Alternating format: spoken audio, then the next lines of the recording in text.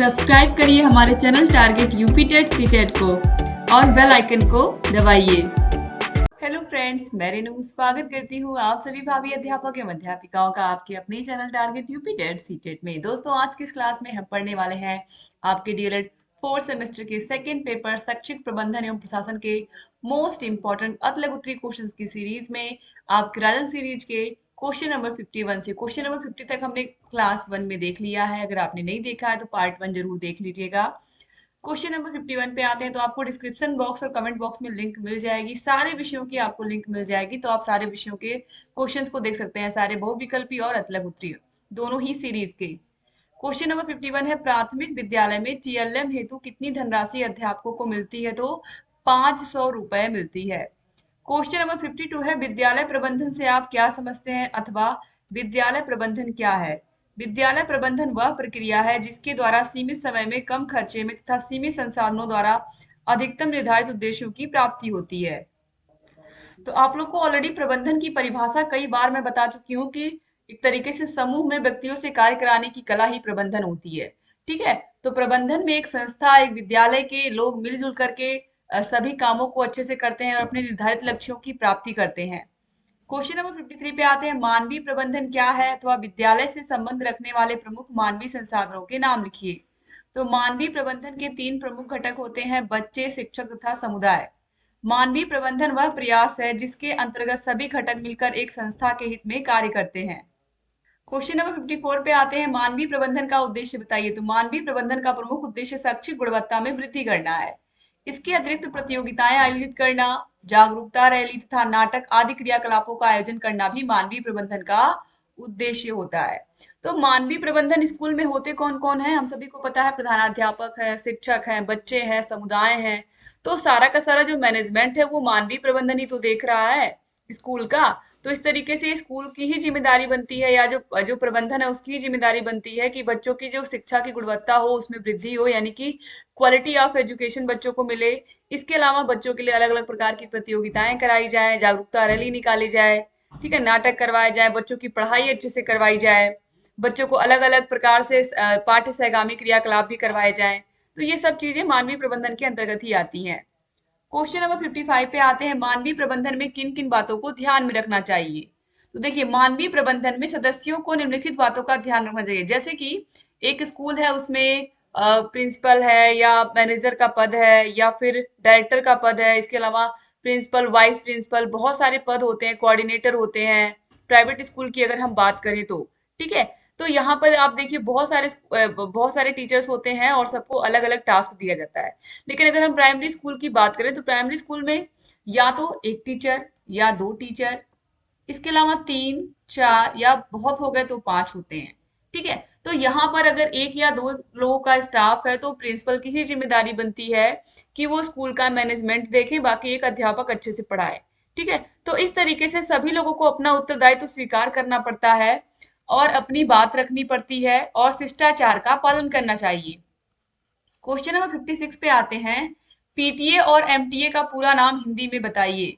तो पीटीए का parent teacher association और एमटीए का मदर टीचर एसोसिएशन। ठीक है, तो पेरेंट टीचर एसोसिएशन यानी कि अभिभावक शिक्षक संघ और एमटीए का मदर टीचर एसोसिएशन यानी कि मातृ शिक्षक संघ।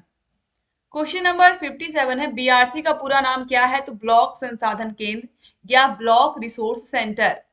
ठीक है, बीआरसी का पूरा नाम क्या है? ब्लॉक रिसोर्स सेंटर या ब्लॉक संसाधन केंद्र, जहां पर टीचर्स की एक तरीके से हम कह सकते हैं कि सारी की सारी जानकारी होती है। वहां पर जितने भी जो हम कागज बनाते हैं या फिर ये कहें जो भी इंफॉर्मेशन हमें देनी होती है वो हम ब्लॉक लेवल पर ही देते हैं, हम टीचर्स की अगर बात करें। और वहां से जो सूचना है वो जाकर के बीएसए कार्यालय पे जाती है, जो एक तरीके से जिला विशेष शिक्षा अधिकारी कार्यालय होता है, वहां पर सारी जानकारी जाती है। ठीक है, जैसे कि मान लीजिए अगर इनकम टैक्स का फॉर्म हम यहाँ से भरवा रहे हैं तो वहां पे पूरी जानकारी पहुंच जाती है। तो इस तरीके से बीआरसी एक तरीके से ब्लॉक संसाधन केंद्र है, यहाँ पर टीचर्स की ट्रेनिंग भी होती है, यहाँ यहीं पर बच्चों के लिए सारी किताबें आती हैं और यहीं से सारी किताबें पहले एनपीआरसी पर जाती हैं, फिर वहां से सारे स्कूलों में बढ़ती हैं। तो ये सब चीजें होती हैं। क्वेश्चन नंबर 58 पे आते हैं, डाइट का पूरा नाम क्या है? तो डाइट का पूरा नाम जिला शिक्षा एवं प्रशिक्षण संस्थान है। याद रखिएगा, कभी कभी डाइट का फुल फॉर्म आपके प्रैक्टिकल या वाइवा में भी पूछ लेता है। क्वेश्चन नंबर 59 है एनपीआरसी का पूरा नाम क्या है? तो न्याय पंचायत संसाधन केंद्र। ये बीआरसी यानी कि ब्लॉक के नीचे आता है। क्वेश्चन नंबर 60 है उच्च अध्ययन शिक्षा संस्थान कहाँ है? तो कहाँ है? इलाहाबाद में। अब यहाँ पर आप प्रयागराज लिखोगे, इलाहाबाद नहीं लिखोगे। यहाँ पर आप क्या लिखोगे? प्रयागराज, क्योंकि इलाहाबाद का नाम बदल करके क्या कर दिया गया है? प्रयागराज कर दिया गया है। क्वेश्चन नंबर 61 पे आते हैं। एससीईआरटी का पूरा नाम क्या है? तो राज्य शैक्षिक अनुसंधान एवं प्रशिक्षण परिषद। 2022 में पूछा हुआ प्रश्न है ये। क्वेश्चन नंबर 62 है एनसीईआरटी का पूरा नाम क्या है? तो राष्ट्रीय शैक्षिक अनुसंधान एवं प्रशिक्षण परिषद। एनसीईआरटी की स्थापना 1961 में हुई थी और इसका मुख्यालय कहाँ है? इसका मुख्यालय है नई दिल्ली में। और एससीईआरटी की स्थापना 1981 में हुई थी और इसका मुख्यालय कहाँ है? लखनऊ में। क्वेश्चन नंबर 63 है राज्य शैक्षिक अनुसंधान एवं प्रशिक्षण परिषद का गठन किस वर्ष हुआ? तो देखिए वही पूछा भी है। तो एससीईआरटी का गठन 1981 में हुआ। इसके बाद क्वेश्चन नंबर 64 पूछ रहा है कि राष्ट्रीय शैक्षिक अनुसंधान और प्रशिक्षण परिषद यानी कि एनसीईआरटी का गठन किस वर्ष हुआ? तो 1961 में हुआ। ऑलरेडी मैं आपको बता चुकी। क्वेश्चन नंबर 65 है एससीईआरटी कहाँ है? तो एससीईआरटी हमारे प्रदेश का कहाँ है? लखनऊ में। और एनसीईआरटी कहाँ है? न्यू दिल्ली में। ऑलरेडी मैं ये भी आपको बता चुकी। तो ये सब आपको याद होना चाहिए क्योंकि बार बार एग्जाम में पूछता है। क्वेश्चन नंबर 66 है सीमैट का पूरा नाम क्या है? तो राज्य शैक्षिक प्रबंधन।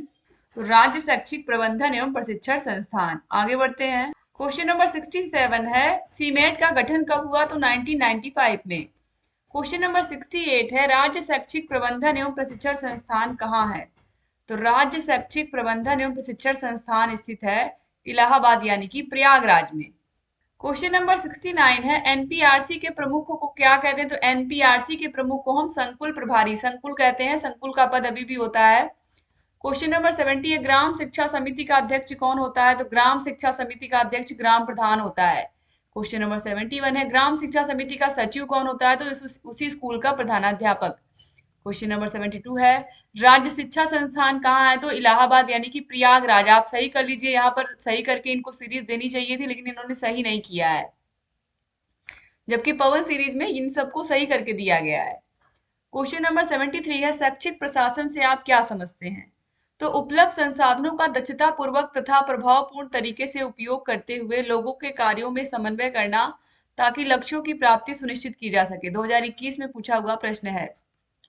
क्वेश्चन नंबर 74 है आपदा प्रबंधन से आपका क्या आशय अथवा आपदा प्रबंधन किसे कहते हैं? तो आपदा मतलब आप सभी को पता है कि जो बिना बताए आती है, चाहे वो बाढ़ हो, भूकंप हो या फिर चक्रवात हो, तूफान हो, ठीक है, सूखा हो। तो इन आपदाओं से हम कैसे निपटे? अचानक होने वाली एक विध्वंसकारी घटना जिससे व्यापक जान माल की हानि होती है, क्षति होती है, उस आपदा के कारण होने वाली हानि को कम करना और आने वाली आपदा से बचाव में किए जाने वाले प्रबंधन को आपदा प्रबंधन कहते हैं। जैसे कि एनडीआरएफ बनाया गया है देश में और उसी के आधार पर स्टेट में एसडीआरएफ बनाया गया। ये एनडीआरएफ की टीमें क्या करती हैं? जहां पर भी ऐसी कोई आपदा आती है, विपदा आती है, वहां पर पहुंच करके लोगों की मदद करती है। खासकर बाढ़ में आप लोगों ने देखा होगा कि एनडीआरएफ के जो जवान होते हैं वो बहुत लोगों की जान बचाते हैं।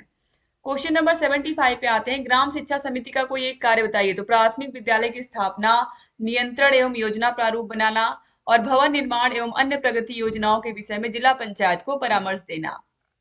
क्वेश्चन नंबर 76 है अभिलेख से क्या आशय है? अभिलेख से आपका क्या आशय है? तो ऐसा दस्तावेज जो अति महत्वपूर्ण लिखित जानकारी को समेटे हुए हो तथा जिस पर लिखित सूचना बहुत महत्व रखती हो उसे अभिलेख कहा जाता है। क्वेश्चन नंबर 77 है मानवीय संसाधनों से आपका क्या आशय है? तो मानवीय संसाधन में निम्न महत्वपूर्ण बिंदु है। पहला है शिक्षक। ऑलरेडी आपको पता है कि मानवीय संसाधन में शिक्षक, बच्चे, समुदाय यही आता है। तो देखिए शिक्षक को राष्ट्र निर्माता कहा जाता है। किसी राष्ट्र के सर्वांगीण विकास में उसकी शिक्षा व्यवस्था महत्वपूर्ण भूमिका निभाती है। यानी कि कोई टीचर किस तरह से पढ़ा रहा है, उसके पढ़ाने का तरीका जो है ये बच्चों के विकास में एक महत्वपूर्ण भूमिका निभाती है। शिक्षक बालक को सही दिशा देकर उसके ज्ञान वर्धन के साथ उसे मानवीय प्रवृत्ति की ओर भी अग्रसरित करते हैं। अतः यह जरूरी है कि शिक्षक को अपने विषय का पूर्ण ज्ञान हो, वह प्रशिक्षित हो एवं पाठ्य सहगामी क्रियाओं में रुचि के साथ साथ बच्चों में भी व्यक्तिगत रुचि ले। यानी कि ऐसा शिक्षक का खासकर प्राइमरी का वो ऐसा होना चाहिए जिसको बच्चों में वाकई में रुचि हो, जो बच्चों को पढ़ाना चाहता हो, क्योंकि तभी हम बच्चों के साथ टिक पाएंगे। क्वेश्चन नंबर 2 है बच्चे। बच्चे हमारी शिक्षा व्यवस्था के लक्ष्य हैं, अतः बच्चों के समग्र नामांकन एवं ठहराव को ध्यान में रखना हमारा लक्ष्य है। और उन्हें समय की आवश्यकता के अनुरूप शिक्षा प्रदान करना हमारा कर्तव्य है। इसके बाद दोस्तों आता है समुदाय। समुदाय शिक्षा से जुड़ी एक बड़ी समस्या है। यदि विद्यालय को समुदाय का सहयोग प्राप्त हो तो विद्यालय और बच्चों से जुड़ी विभिन्न कठिनाइयों का सामना किया जा सकता है। ऑलरेडी जैसे समुदाय के किसी डॉक्टर के माध्यम से बच्चों का स्वास्थ्य परीक्षण करवाया जा सकता है। उनकी आख्या रखना, समुदाय के किसी विशिष्ट व्यक्ति के माध्यम से बच्चों के भ्रमण में सहयोग लेना, यानी कि अगर कोई हेल्प कर रहा है तो बच्चों को हम घुमाने भी लेकर के जा सकते हैं। तो समुदाय का भी एक बहुत बड़ा योगदान होता है। जो बच्चों के अभिभावक होते हैं उनका बहुत बहुत इंपॉर्टेंट रोल होता है विद्यालय में, क्योंकि अगर माँ बाप जागरूक होते हैं या बच्चे के पेरेंट्स जागरूक होते हैं तो कहीं ना कहीं जो बच्चे हैं वो विद्यालय रेगुलर आते हैं, उनकी पढ़ाई भी अच्छी होती है। जो जो गार्जियन जागरूक होते हैं उनके बच्चे भी पढ़ने में अच्छे होते हैं। तो समुदाय का भी उतना ही इंपॉर्टेंट रोल होता है। आगे बढ़ते हैं क्वेश्चन नंबर 78 पर।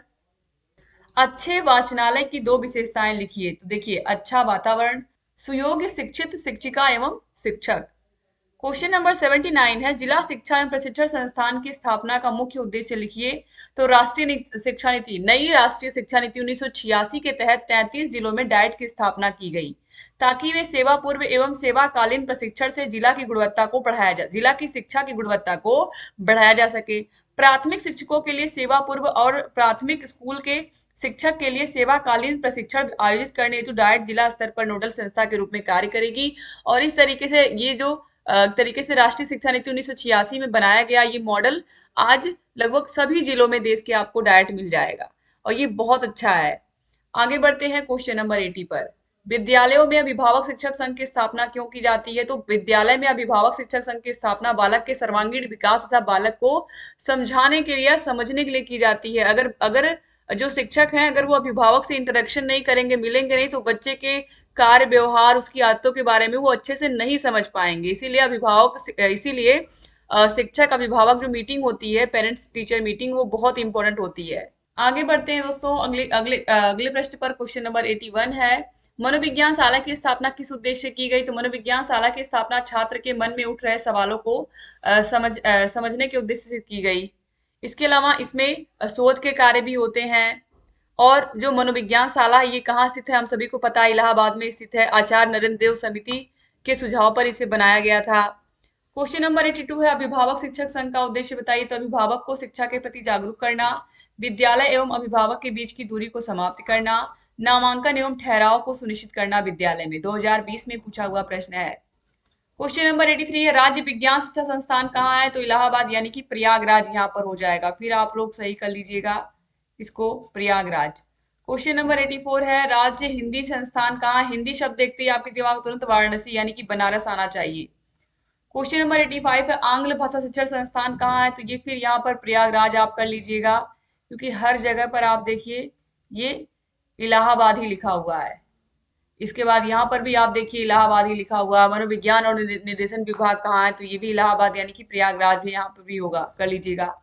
क्वेश्चन नंबर 87 है, राज्य शैक्षिक तकनीकी संस्थान कहाँ है? तो ये लखनऊ में। तकनीकी संस्थान कहाँ है? SCERT कहाँ है? राज्य परियोजना कार्यालय कहाँ है? ये सब पूछेगा तो कहाँ है? लखनऊ में है। क्वेश्चन नंबर 88 यही पूछ रहा है कि राज्य परियोजना कार्यालय कहाँ है? तो लखनऊ में है। क्वेश्चन नंबर 89 है, सीमेट कहाँ स्थित है? अभी ये प्रश्न पहले भी पूछा था, तो इलाहाबाद यानी कि प्रयागराज में।